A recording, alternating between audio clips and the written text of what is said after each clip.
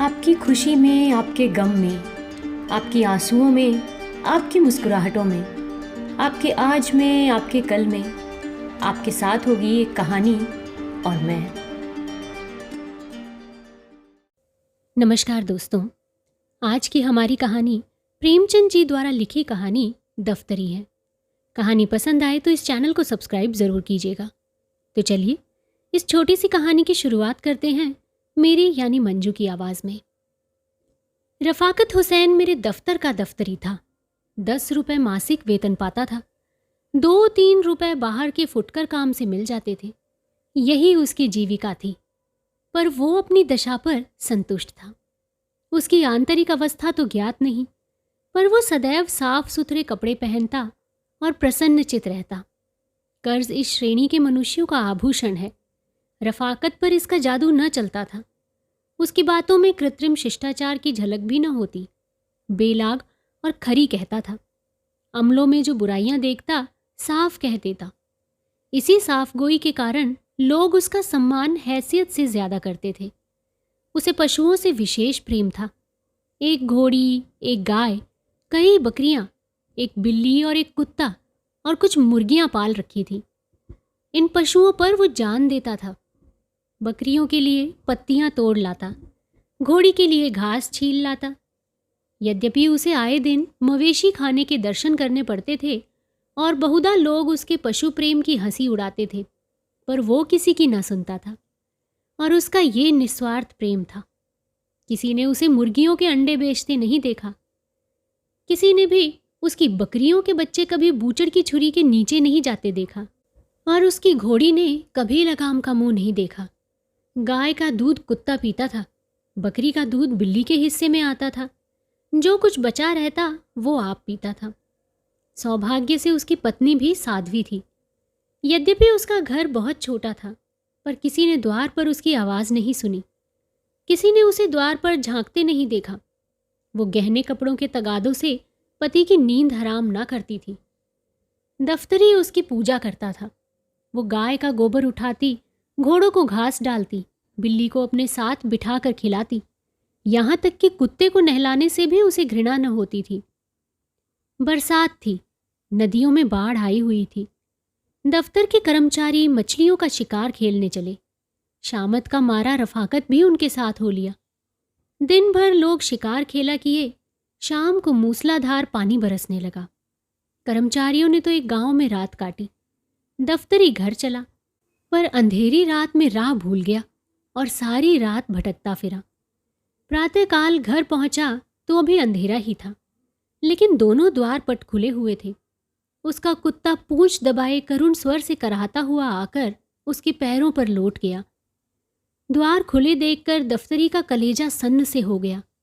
घर में कदम रखे तो बिल्कुल सन्नाटा था। 2-3 बार स्त्री को पुकारा, किंतु कोई उत्तर न मिला। घर भाएं भाएं कर रहा था। उसने दोनों कोठरियों में जाकर देखा। जब वहां भी उसका पता न मिला तो पशुशाला में गया। भीतर जाते हुए अज्ञात भय हो रहा था, जो किसी अंधेरे खोह में जाते हुए होता है। उसकी स्त्री वहीं भूमि पर चित पड़ी हुई थी। मुंह पर मक्खियां बैठी हुई थीं, होठ नीले पड़ गए थे, आंखें पथरा गई थीं। लक्षणों से अनुमान होता था कि सांप ने डस लिया है। दूसरे दिन रफ़ाकत आया तो उसे पहचानना मुश्किल था। मालूम होता था बरसों का रोगी है। बिल्कुल खोया हुआ, गुमसुम बैठा रहा, मानो किसी दूसरी दुनिया में है। संध्या होते ही वो उठा और स्त्री की कब्र पर जाकर बैठ गया। अंधेरा हो गया। 3-4 घड़ी रात बीत गई, पर दीपक के टिमटिमाते हुए प्रकाश में उसी कब्र पर नैराश्य और दुख की मूर्ति बना हुआ वो बैठा रहा, मानो वो मृत्यु की राह देख रहा हो। मालूम नहीं कब घर गया। अब यही उसका नित्य का नियम हो गया। प्रातःकाल उठकर मज़ार पर जाता, झाड़ू लगाता, फूलों के हार चढ़ाता, लोबान जलाता और 9 बजे तक कुरान का पाठ करता। संध्या समय फिर यही क्रम शुरू होता। अब यही उसके जीवन का नियमित कर्म था।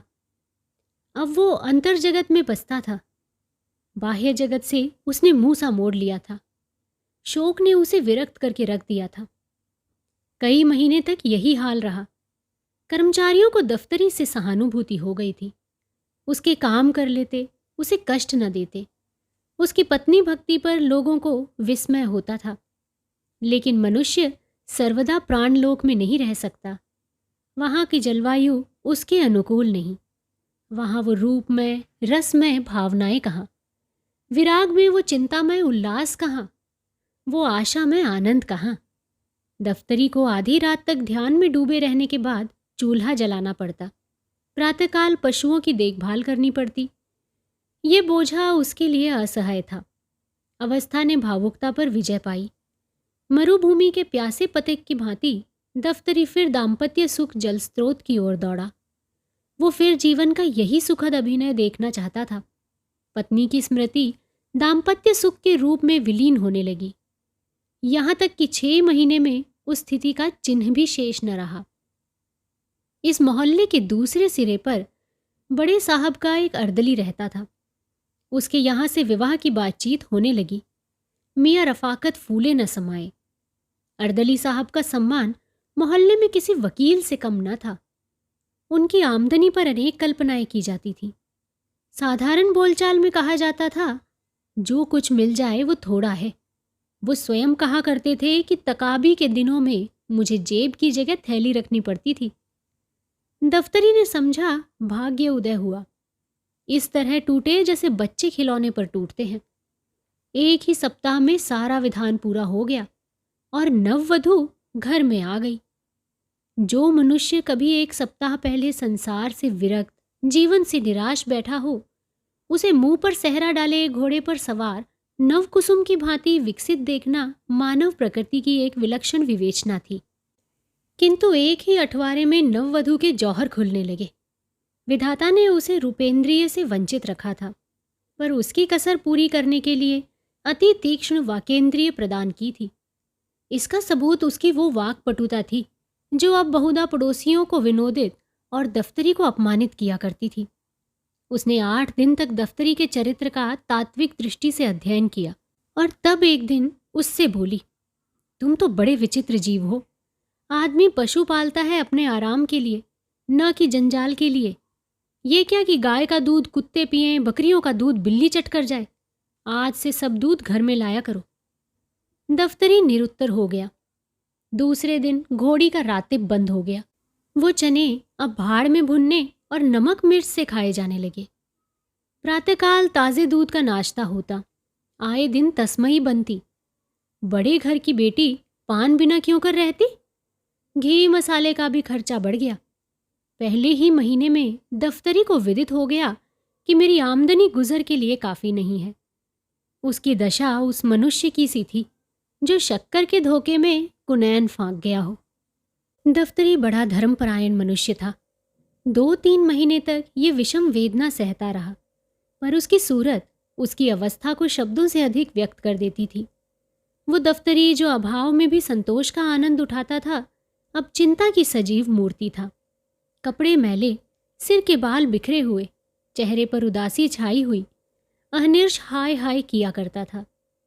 उसकी गाय अब हड्डियों का ढांचा थी। घोड़ी का जगह से हिलना कठिन था। बिल्ली पड़ोसियों के छींकों पर उचकती और कुत्ता घूरों पर हड्डियां नोचता फिरता। पर वो भी हिम्मत का धनी इन पुराने मित्रों को अलग न करता था। सबसे बड़ी विपत्ति पत्नी की वो वाक प्रचुरता थी, जिसके सामने कभी उसका धैर्य, कभी कर्मनिष्ठा, उसकी उत्साहशीलता प्रस्थान कर जाती और अपनी अंधेरी कोठरी के कोने में बैठकर खूब फूट फूट कर रोता। संतोष के आनंद को दुर्लभ पाकर रफाकत का पीड़ित हृदय उच्छृंखलता की ओर प्रवृत्त हुआ। आत्माभिमान जो संतोष का प्रसाद है, उसके चित्त से लुप्त हो गया। उसने फाके मस्ती का पथ ग्रहण किया। अब उसके पास पानी रखने के लिए कोई बर्तन न था। वो उस कुएं से पानी खींचकर उसी दम पी जाना चाहता था, जिससे वो जमीन पर बह न जाए। वेतन पाकर अब वो महीने भर का सामान जुटाता। ठंडे पानी और रूखी रोटियों से अब उसे तस्कीन न होती। बाजार से बिस्कुट लाता, मलाई के दोनों और कलमी आमों की ओर लपकता। 10 रुपए की भुगत ही क्या, 1 सप्ताह में सब उड़ जाते। तब जेलबंदियों की पेशगी पर हाथ बढ़ाता, फिर 2-1 उपवास होता, अंत में उधार मांगने लगता। शनै शनै ये दशा हो गई कि वेतन देनदारों ही के हाथों में चला जाता और महीने के पहले ही दिन कर्ज लेना शुरू करता। वो पहले दूसरों को मितव्ययिता का उपदेश दिया करता था। अब लोग उसे समझाते, पर वो लापरवाही से कहता, साहब, आज मिलता है खाते हैं, कल का खुदा मालिक है, मिलेगा तो खाएंगे, नहीं तो पड़े रहेंगे। उसकी अवस्था अब उस रोगी की सी हो गई थी जो आरोग्य लाभ से निराश होकर पथ्यापथ्य का विचार त्याग दे, जिसमें मृत्यु के आने तक वो भोज्य पदार्थों से भली भांति तृप्त हो जाए। लेकिन अभी तक उसने घोड़ी और गाय न बेची। यहाँ तक कि एक दिन दोनों मवेशी खाने में दाखिल हो गईं। बकरियां भी तृष्णा व्याघ्र के पंजे में फंस गईं। पोलाव और जर्दे के चस्के ने नान बाई का ऋणी बना दिया था।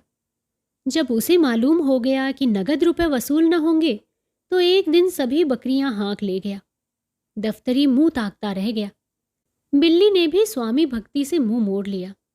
गाय और बकरियों के जाने के बाद अब उसे दूध के बर्तनों को चाटने की भी आशा न रही, जो उसके स्नेह बंधन का अंतिम सूत्र था। हाँ, कुत्ता पुराने सद्व्यवहारों को याद करके अभी तक आत्मीयता का पालन करता जाता था, किंतु उसकी सजीवता विदा हो गई थी। ये वो कुत्ता न था जिसके सामने द्वार पर किसी अपरिचित मनुष्य या कुत्ते का निकल जाना असंभव था। वो अब भी भौंकता था, लेकिन लेटे लेटे और प्रायः छाती में सिर छिपाए हुए, मानो अपनी वर्तमान स्थिति पर रो रहा हो। या तो उसमें अब उठने की शक्ति ही न थी, या वो चिरकालीन कृपाओं के लिए इतना कीर्तिगान पर्याप्त समझता था। संध्या का समय था। मैं द्वार पर बैठा हुआ पत्र पढ़ रहा था कि अकस्मात दफ्तरी को आते देखा।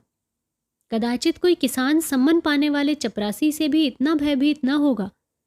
बाल वृंद टीका लगाने वाले भी इतना न डरते होंगे।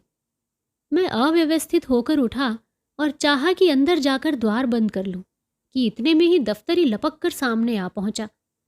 अब कैसे भागता। कुर्सी पर बैठ गया, पर नाक भौं चढ़ाए हुए। दफ्तरी किस लिए आ रहा था, इसमें मुझे लेश मात्र भी शंका न थी। ऋणेच्छुओं की हृदय चेष्टा उनकी मुखाकृति पर, उनके आचार व्यवहार पर उज्ज्वल रंगों से अंकित होती है। वो एक विशेष नम्रता, संकोचमय परवशता होती है, जिसे एक बार देखकर फिर नहीं भुलाया जा सकता। दफ्तरी ने आते ही बिना किसी प्रस्तावना के अभिप्राय कह सुनाया, जो मुझे पहले ही ज्ञात हो चुका था। मैंने रुखाई से उत्तर दिया, मेरे पास रुपए नहीं हैं। दफ्तरी ने सलाम किया और उल्टे पांव लौटा। उसके चेहरे पर ऐसी दीनता और बेकसी छाई हुई थी कि मुझे उस पर दया आ गई। उसका इस भांति बिना कुछ कहे सुने लौटना कितना सारपूर्ण था। इसमें लज्जा थी, संतोष था, पछतावा था। उसके मुंह से एक शब्द भी न निकला, लेकिन उसका चेहरा कह रहा था। मुझे विश्वास था कि आप यही उत्तर देंगे। इसमें मुझे जरा भी संदेह न था, लेकिन ये जानते हुए भी मैं यहां तक आया, मालूम नहीं क्यों। मेरी समझ में स्वयं नहीं आता। कदाचित आपकी दयाशीलता, आपकी वत्सलता मुझे यहां तक लाई। अब जाता हूं। वो मुंह ही नहीं रह गया कि अपनी कुछ कथा सुनाओ। मैंने दफ्तरी को आवाज दी, जरा सुनो तो, क्या काम क्या है तुम्हें? दफ्तरी को कुछ उम्मीद हुई। बोला, आपसे क्या अर्ज करूं, 2 दिन से उपवास हो रहा है। मैंने बड़ी नम्रता से समझाया, इस तरह कर्ज लेकर कै दिन तुम्हारा काम चलेगा? तुम समझदार आदमी हो, जानते हो कि आजकल सभी को अपनी फिक्र सवार रहती है। किसी के पास फालतू रुपए नहीं रहते, और यदि हों भी तो वो ऋण देकर रार क्यों लेने लगे? तुम अपनी दशा सुधारते क्यों नहीं? दफ्तरी ने विरक्त भाव से कहा, ये सब दिनों का फेर है, और क्या कहूं। जो चीज महीने भर के लिए लाता हूं वो एक दिन में उड़ जाती है। मैं घरवाली के चटोरेपन से लाचार हूं। अगर एक दिन दूध न मिले तो महानामत मचा दे। बाजार से मिठाइयां न लाऊं तो घर में रहना मुश्किल हो जाए। एक दिन गोश्त न पके तो मेरी बोटियां नोच खाए। खानदान का शरीफ हूं, ये बेइज्जती नहीं सही जाती कि खाने के पीछे स्त्री से झगड़ा तकरार करूं। जो कुछ कहती है सिर के बल पूरा करता हूं। अब खुदा से यही दुआ है कि मुझे इस दुनिया से उठा ले। इसके सिवाय मुझे दूसरी कोई सूरत नजर नहीं आती। मैं सब कुछ करके हार गया।